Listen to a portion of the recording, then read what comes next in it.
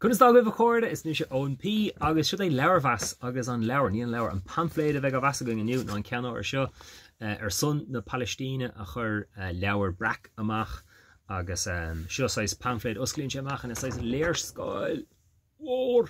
agus tá giotaí de ilíocht agus de rudí amhainins le géirchéim agus le cinenne díthú na Palaistíneach agus muinte Gaza go háirithe agus tá scéil an ilúnt ag an McLaughlin atá an bhahansilum bain sé is le daine atá dultrí scoil chun fáilm conas an bhulscaireacht a scríomh ar bhealach atá ceadathe ag an IDF nó le héit agus is bí cinnte gnéarna an BBC agus a lán drama idirnáisiúnta é sin.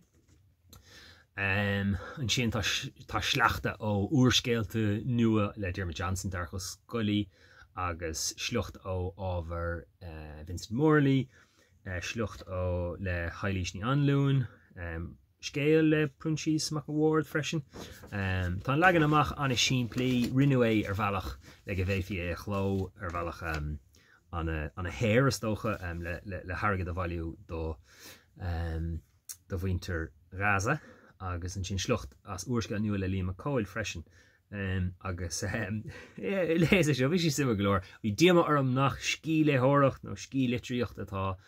á cholamhú ag an cóileach doing an uair seo ach go sé filse ar mínatóir agus beidir cairecha gríomháin agus a lehéid. Ach bíon rudí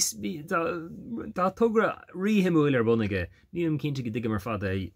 barlam cuid de achtriíocht na pinsóireachta mar bhí going le Lucas trád an saoil. Astruáin le colm ó cealacháin ar an dáin chola úd. Tá aiste reinfa uanta inis má sé an bás is dándom le rifat a le riir agus se bhí €10 ar seo sean go cúpla cóid fós ar fáile ar brachas fiú mór taú lo sa bhiontar seo agus trí chéile siir san Palaistín slán.